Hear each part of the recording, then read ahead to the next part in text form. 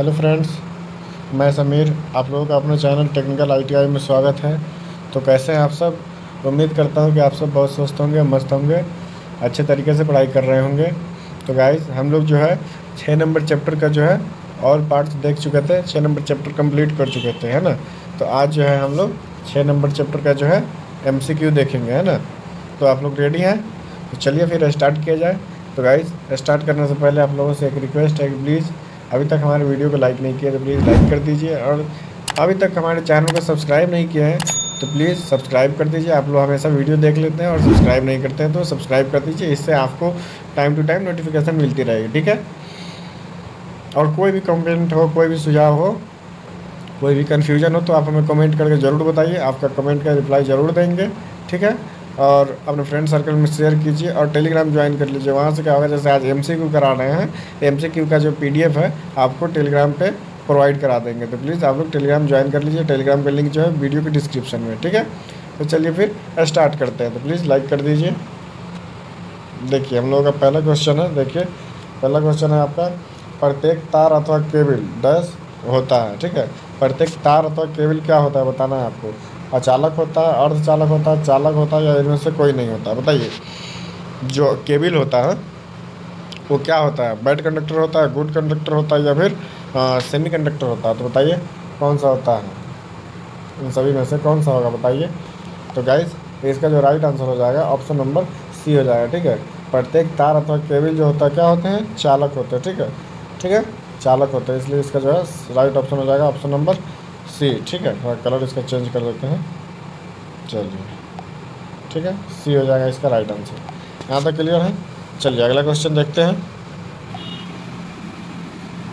तो देखिए, दूसरा क्वेश्चन हम लोग देखते हैं। देखिए क्या है, यह ठोस तत्व या विद्युत रोधी चालक का तन्य समर्थ स्क्रीन के साथ या बिना स्क्रीन का कहलाता है, ठीक है। क्या कहलाता है बताइए? केबल कहलाता है, कोड कहलाता है, चालक कहलाता है, तार कहलाता है, बताइए राइट आंसर क्या होगा। तो जो गाइस, जो बिना इंसुलेशन का होता है उसे हम लोग तार बोलते हैं, ठीक है, वायर बोलते हैं, ठीक है। यहाँ तक क्लियर है आप लोग? चलिए आगे देखते हैं। इसका जो है राइट आंसर हो जाएगा आपका ऑप्शन नंबर D, ठीक है। चलिए तीसरा क्वेश्चन देखते हैं। तो देखिए, चालक का साइज नापने के लिए किस यंत्र का प्रयोग किया जाता है? चालक का जो है हम लोग साइज मेजर करने के लिए कौन सा ये जो है उपकरण का उपयोग करते हैं, बताइए। वेबल गेज का उपयोग करते हैं, वर्नियर कैलिपर का उपयोग करते हैं, स्टैंडर्ड वायर गेज का उपयोग करते हैं, या डेप्थ गेज का उपयोग करते हैं? बताइए किसका उपयोग करते हैं? गाइस, जो है वायर को मेजर करने के लिए हम लोग SWG का उपयोग करते हैं, स्टैंडर्ड वायर गेज का, ठीक है। इसलिए इसका राइट आंसर हो जाएगा ऑप्शन नंबर C, इसका राइट आंसर होगा, ठीक है। चलिए अगला पॉइंट देखिए। 4 नंबर पॉइंट क्या है, रबर का प्रयोग अति उच्च वोल्टेज वाले केबलों में नहीं किया जाता है क्योंकि 1 नंबर में क्या है, देखिए, इसमें अधिक मात्रा में गंधक उपस्थित होती है। दूसरा पॉइंट आपका, यह उच्च ताप सहने में असमर्थ होता है। चौथा पॉइंट है आपका A और B दोनों, ठीक है। और लास्ट पॉइंट है आपका, उपरोक्त में से कोई नहीं, ठीक है। तो बताइए इसका कौन सा आंसर सही आंसर होगा। गाइस, इसका जो है यह तापमान उच्च तापमान सहने में जो है असमर्थ होता है, ठीक है। ये इसलिए इसका राइट आंसर क्या हो जाएगा, ऑप्शन नंबर B इसका हो जाएगा राइट आंसर, ठीक है। चलिए यहाँ तक क्लियर है आप लोग? चलिए आगे देखते हैं। आगे देखिए क्या है, तारों के जोड़ की किस्म किस पर निर्भर करती है? तारों की जो जोड़ है वो उसका जो है जो किस्म है किस पर निर्भर करती है, बताइए। तार केबल की मोटाई पर, प्रयोग पर, A और B दोनों, और D लंबाई पर? तो बताइए इसका राइट आंसर क्या होगा। तो गाइस, तार के केबल और मोटाई पर भी निर्भर करता है और प्रयोग के ऊपर भी निर्भर करता है कि आप कॉपर का प्रयोग कर रहे हैं या एल्युमिनियम का, ठीक है। इसलिए इसका राइट आंसर क्या हो जाएगा, ऑप्शन नंबर C, A और B दोनों, ठीक है। इसलिए इसका right answer option number C हो जाता है, ठीक है। तो यहाँ तक क्लियर है?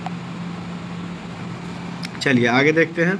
अगला देखिए, 6 नंबर क्वेश्चन क्या कह रहा है आपका, अति उच्च वोल्टेज केबल किस धातु का बने होते हैं? बताइए। जो एक्स्ट्रा हाई वोल्टेज जो होता है, वोल्टेज केबल जो होता है वो किस धातु का बना होता है? नाइक्रोम का, पीतल का, सीसा का, तांबे का? तो आप लोग भी जानते हैं नाइक्रोम का हम लोग उपयोग हीटिंग एलिमेंट में करते हैं, पीतल का तो बिल्कुल नहीं होगा, सीसा का भी नहीं होगा। और बताइए अब लास्ट आपका ऑप्शन बचता है तांबे का। तो गाइस, जो एक्स्ट्रा हाई टेंशन होता है उसका जो है तांबे का हम लोग उपयोग करते हैं, ठीक है। इसका जो है ऑप्शन नंबर D जो है राइट आंसर है, ठीक है। यहाँ तक क्लियर है आप लोग। चलिए आगे देखते हैं 7 नंबर क्वेश्चन देखिए क्या है। 7 नंबर क्वेश्चन देखिए, निम्न में से किस कार्य के लिए जीआई तार का उपयोग किया जाता है? बताइए, टेलीफोन लाइनों के लिए, अर्थिंग लाइनों के लिए, या स्टेट तार में, या फिर घरेलू वायरिंग में? तो बताइए किस में हम लोग जो है जीआई तार का उपयोग करते हैं? तो गाइस जीआई तार का हम लोग जो है घरेलू वायरिंग में भी उपयोग करते हैं, ठीक है। इसलिए इसका जो है ऑप्शन नंबर डी जो है ये राइट आंसर है, ठीक है। यहाँ तक क्लियर है आप लोग। चलिए आगे चलते हैं हम लोग 8 नंबर क्वेश्चन देखते हैं। तो देखिए 7/20 केबल का अर्थ क्या है? 7/20 केबल का अर्थ क्या है बताना है आपको। ये जो ए में पॉइंट में देखिए क्या है, 20 SWG के और तार 7 है, मतलब 20 जो है SWG है, नंबर है, और 7 तार है उसके अंदर, ठीक है। और अगला पॉइंट है आपका 7 SWG है, 20 तार है, ठीक है। अगला पॉइंट है 7/20 SWG है और 7 तार है, और इनमें से कोई नहीं। बताइए इसका जो है 8 नंबर का जो है राइट आंसर क्या होगा? तो गाइस इसमें जो है राइट आंसर हो जाएगा इसका ए, क्योंकि 20 SWG के 7 तार है, ठीक है। इसलिए जो है 20 SWG के कितने तार हैं इसके अंदर? 7 तार है, इसलिए इसको 7/20 कहते हैं, ठीक है। यहाँ तक क्लियर है आप लोग। तो जो है इसका राइट आंसर क्या हो जाएगा? ऑप्शन नंबर ए इसका राइट आंसर हो जाएगा, ठीक है।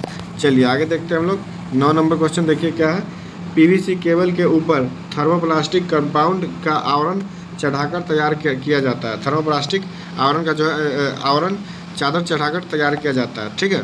देखिए क्या है, lead sheets cable, armoured cable, उसके बाद ट्रोपोजोयोर केबल और टर्म केबल। तो बताइए कौन सा हम लोग केबल का जो है कंपाउंड आवरण चढ़ाकर तैयार किया जाता है? बताइए गाइस इसका जो है ऑप्शन नंबर सी आपका राइट आंसर है। ये जो है ट्रोपोजोयोर केबल जो होता है उस पर जो हम लोग जो है आवरण थर्मोप्लास्टिक कंपाउंड का जो आवरण चढ़ा करके उसको जो है तैयार करते हैं, ठीक है। इसलिए इसका ऑप्शन नंबर सी जो है ये राइट आंसर होगा, ठीक है। चलिए आगे देखते हैं हम लोग 10 नंबर क्वेश्चन देखिए। 10 नंबर क्वेश्चन क्या है, किसी केबल की धारावाहन क्षमता उसके चालक की डैश पे निर्भर करती है, ठीक है। किसी चालक के जो है धारावाहन क्षमता किस पे निर्भर करती है? उसकी लंबाई पे, चौड़ाई पे, या फिर प्रस्थ छेदीय क्षेत्रफल पे? इनमें से कोई नहीं। बताइए इसका राइट आंसर क्या होगा? तो गाइस इसका जो राइट आंसर हो जाएगा आपका प्रस्थ छेदीय क्षेत्रफल हो जाएगा, ठीक है। चलिए इसका जो है ऑप्शन नंबर सी जो है ये राइट आंसर होगा, ठीक है। चलिए आगे देखते हैं अगला क्वेश्चन देखिए। 11 नंबर क्वेश्चन क्या है, जब उपकरण में डबल इंसुलेशन जैसे पीवीसी या इंसुलेटेड बॉडी है तो उसमें किस प्रकार के आउटलेट सामग्री उपयुक्त है? 3 pin socket, 2 pin socket, 3 pin plug, 2 pin plug? बताइए इसका राइट आंसर क्या होगा? तो गाइस इसमें जो है 3 पिन प्लग उपयोग होता है, ठीक है। इसलिए जो है इसका ऑप्शन नंबर सी जो है ये राइट आंसर हो जाएगा, ठीक है। यहाँ तक क्लियर है आप लोग।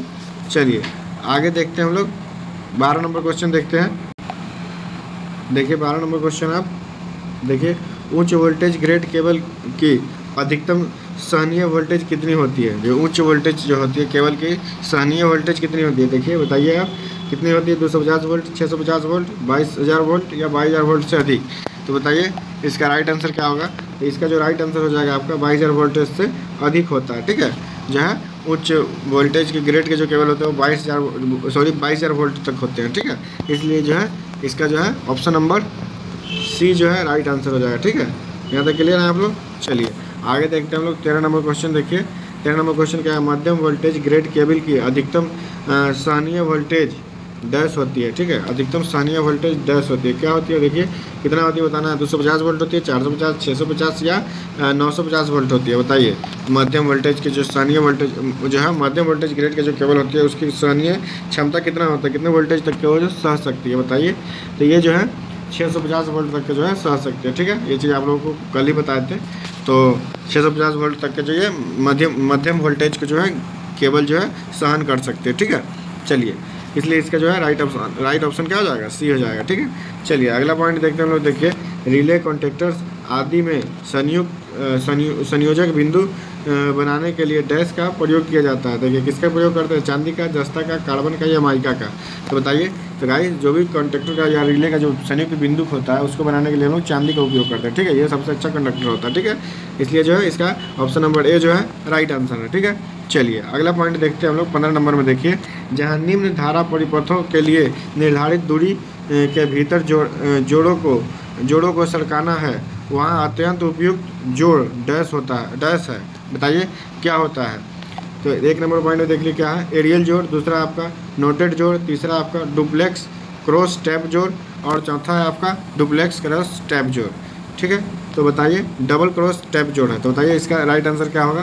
तो गाइस इसका जो राइट आंसर हो जाएगा आपका ये हो जाएगा आपका एरियल जोड़। ठीक है, ऑप्शन नंबर ए जो है ये हो जाएगा आपका राइट आंसर। ठीक है, एरियल जोड़। चलिए आगे देखते हैं हम लोग। 16 नंबर क्वेश्चन देखिए क्या है। भूमिगत लाइन डैश के लिए सुरक्षित होती है। भूमिगत लाइन किसके लिए सुरक्षित होती है? केवल मनुष्य के लिए, केवल पशुओं के लिए, केवल पक्षियों के लिए, सभी जीवों के लिए। बताइए किसके लिए सही जो होती है। तो इसमें जो है आप कॉमन सेंस लगा करके इसका आंसर दे सकते हैं। ये सभी के लिए जो है सुरक्षित होती है, सभी जीवों के लिए। ठीक है, इसलिए जो है इसका ऑप्शन नंबर डी जो है राइट आंसर है। ठीक है, चलिए यहाँ तक क्लियर है आप लोग। चलिए अगला क्वेश्चन देखते हैं हम लोग। 17 नंबर क्वेश्चन देखिए क्या है। भूमिगत प्रकार के केबल में जालीदार कवच लगाने का उद्देश्य है। भूमिगत प्रकार के केबल में जालीदार कवच लगाने का उद्देश्य क्या है बताइए। एक नंबर पॉइंट में क्या है आपका नमी से सुरक्षा, दूसरे नंबर में है दीमक से सुरक्षा, तीसरे नंबर में यातायात आघात से सुरक्षा, और चौथे नंबर में है केबल को जो है फटने से रोकना। ठीक है, ये जो है केबल को फटने से भी रोकता है। तो बताइए इसका राइट आंसर क्या होगा।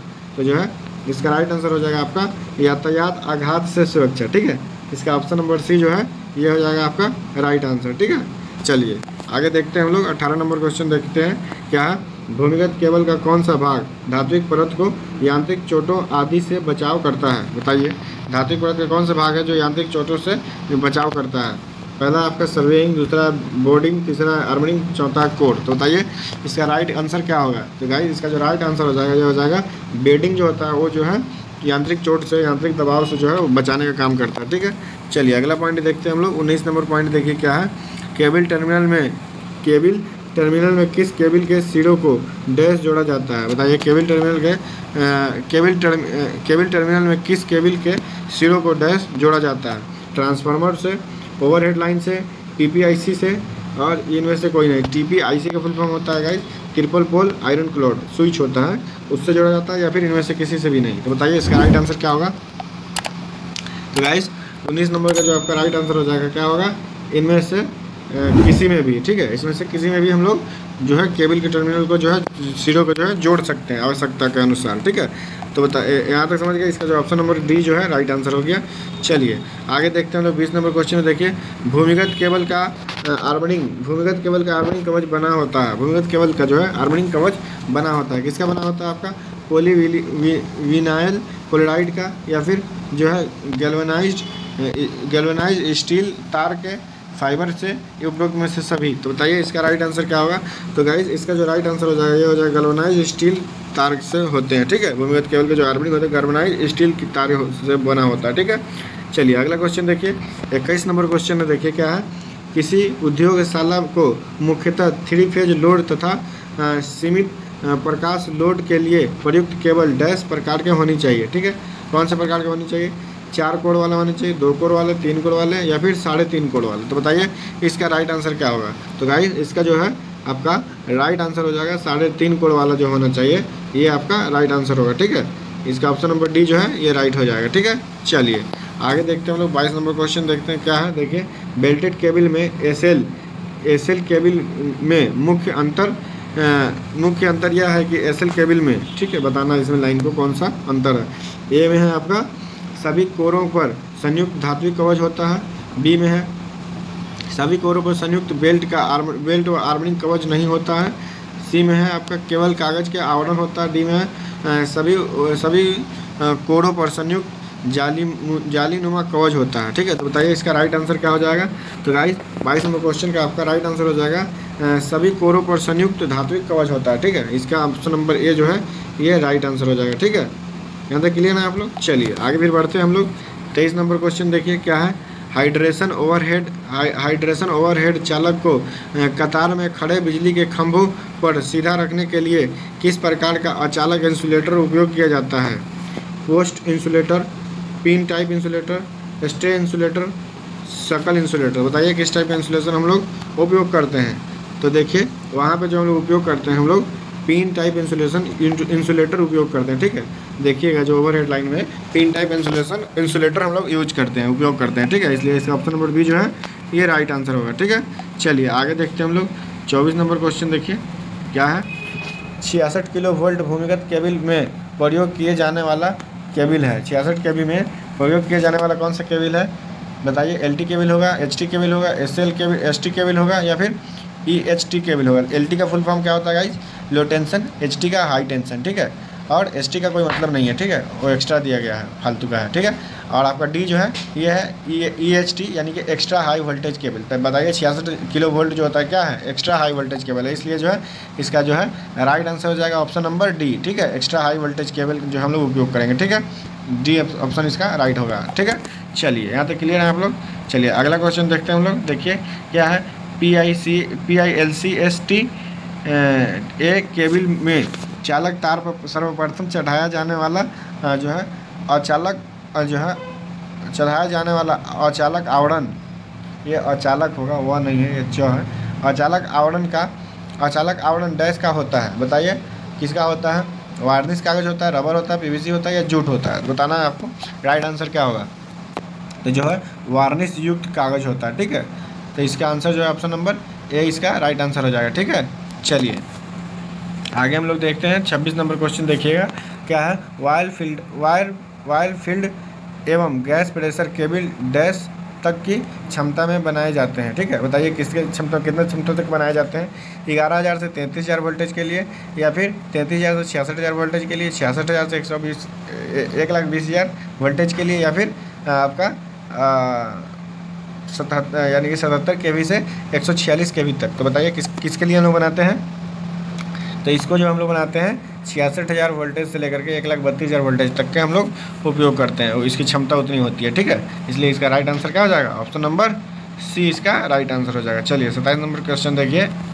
सॉरी, SHO केबल की कटाक्ष आकृति होती है, गोलाकार होती है, त्रिभुजाकार होती है, और आकार होती है, ये सभी होती है। तो बताइए इसका राइट आंसर क्या होगा? तो गाइस इसका जो है राइट आंसर हो जाएगा त्रिभुजाकार होती है, ठीक है। जो भी आपका जो SHO केबल होगा उसका जो है आकार कैसा होगा? केबल का कोड का जो है कटाक्ष कैसा होगा? उसका त्रिभुजाकार होगा, ठीक है। इसलिए इसका ऑप्शन नंबर बी जो है ये आपका राइट आंसर हो जाएगा, ठीक है, राइट ऑप्शन हो जाएगा, ठीक है। चलिए 28 नंबर क्वेश्चन देखिए क्या कह रहा है, निम्न में से किस केबल का प्रयोग 33 kV तक किया जाता है? बताइए SHO केबल, PILC केबल या PILCST केबल, या फिर यहाँ पे देखिए क्या है PILCDTA केबल। बताइए इसमें से कौन सा आपका राइट आंसर होगा? तो गाइस यहाँ पे जो हम लोग 33 kV से ऊपर के लिए हम लोग करते हैं PILCDTA केबल, ठीक है। ऑप्शन नंबर जो डी है ये इसका राइट आंसर हो जाएगा, ठीक है। चलिए आगे हम लोग देख लेते हैं 29 नंबर पॉइंट देख लीजिए। 29 नंबर पॉइंट क्या है, PILCDTA केबल की चौड़ाई चौथी कोड प्रमुख प्रयोग की जाती है, फेज लाइन के लिए, इंसुलेशन के लिए, न्यूट्रल के लिए, ये सभी के लिए। तो बताइए इसका राइट आंसर क्या होगा? 29 नंबर का राइट आंसर क्या हो जाएगा गाइस? जो एक्स्ट्रा जो चौथी कोर जो होती है उसको हम लोग न्यूट्रल के लिए उपयोग करते हैं, ठीक है।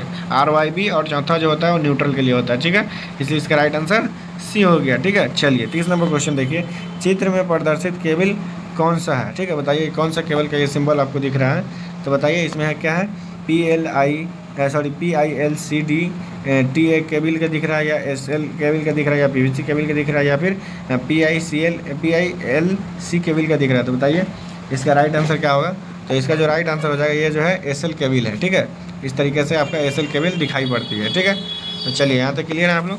आगे देखा जाए इसका ऑप्शन नंबर क्या हुआ? ऑप्शन नंबर बी इसका राइट आंसर हो गया, ठीक है। चलिए आगे देखते हैं हम लोग 31 नंबर क्वेश्चन देखिए क्या है, भूमिगत केबल में भूमि की नमी के प्रवेश को रोकने के लिए केबल में डैश परत चढ़ाई जाती है। बताइए किसकी परत चढ़ाई जाती है?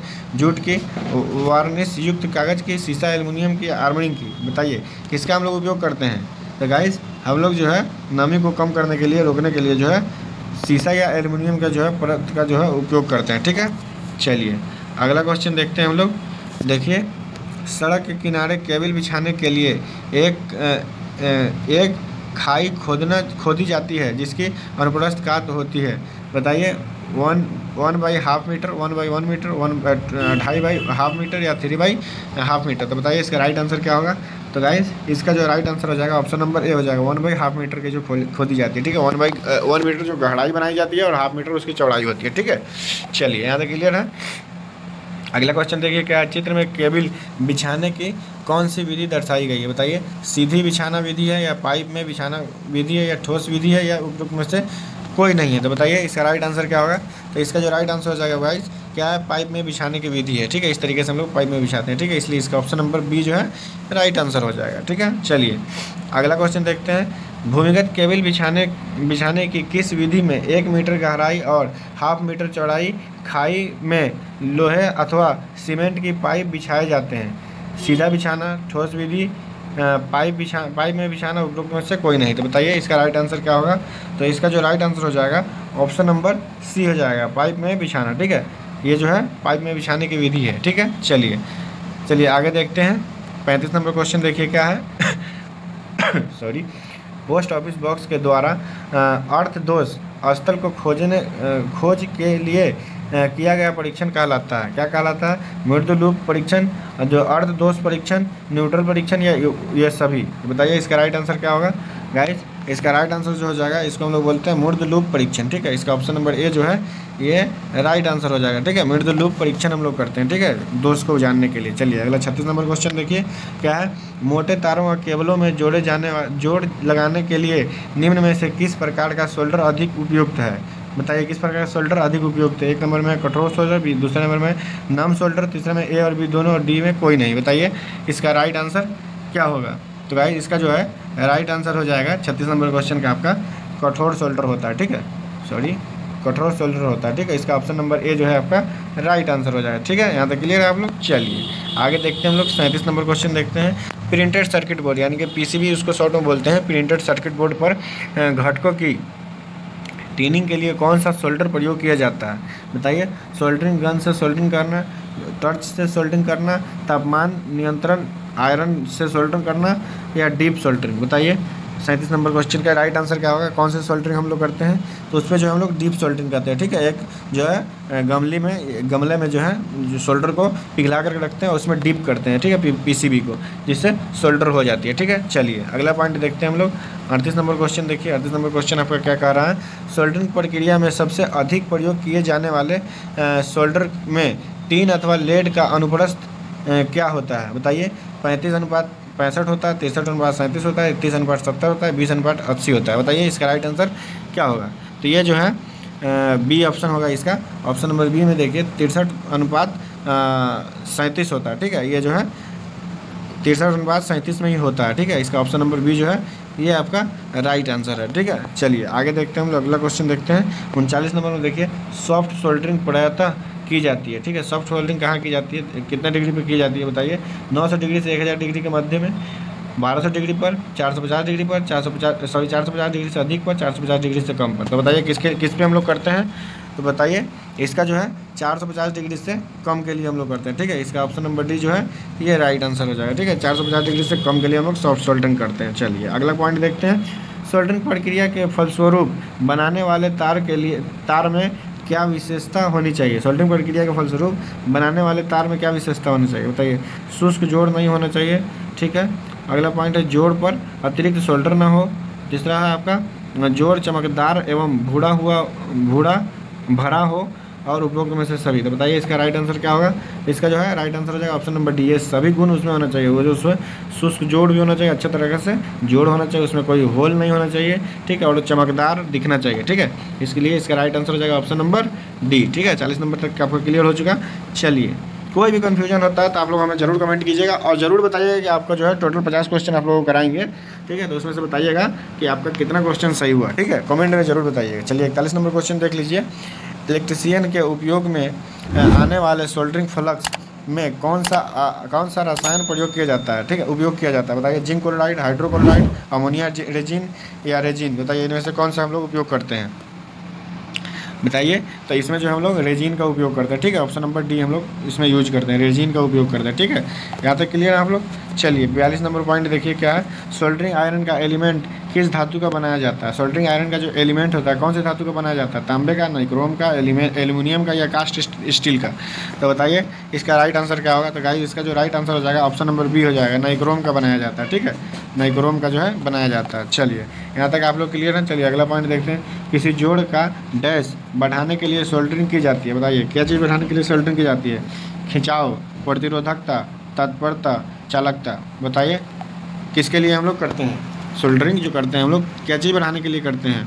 तो इसका जो है हम लोग चालकता बढ़ाने के लिए करते हैं और प्रतिरोधकता को कम करने के लिए करते हैं। ठीक है, इसलिए इसका ऑप्शन नंबर डी जो है ये क्या होगा? आपका राइट आंसर होगा। ठीक है, चलिए अगला देखते हैं। 44 नंबर क्वेश्चन देखिए, विद्युत सोल्डरिंग में प्रयुक्त होने वाले सोल्डर वायर का गलनांक कितना होता है? विद्युत सोल्डरिंग में जो है सोल्डरिंग होने वाला जो उसकी जो गलनांक होती है वो कितनी होती है? बताइए आप, कितनी होती है? 200 डिग्री सेल्सियस होती है, 600 डिग्री सेल्सियस होती है, या 100 डिग्री सेल्सियस या 900 डिग्री सेल्सियस होती है? बताना है आपको, तो बताइए। तो गाइस वो जो होती है आपका जो विद्युत सोल्डरिंग होती है उसकी जो है 200 डिग्री सेल्सियस तक की उसकी गलनांक होती है। ठीक है, इसलिए इसका ऑप्शन नंबर ए जो है आपका ये राइट आंसर हो जाएगा। ठीक है, चलिए अगला 45 नंबर क्वेश्चन देखिए, निम्न में से नॉन कोरोसिव फ्लक्स से संबंधित सत्य कथन है। बताइए, इस फ्लक्स में क्षार तथा अम्ल की मात्रा शून्य होती है।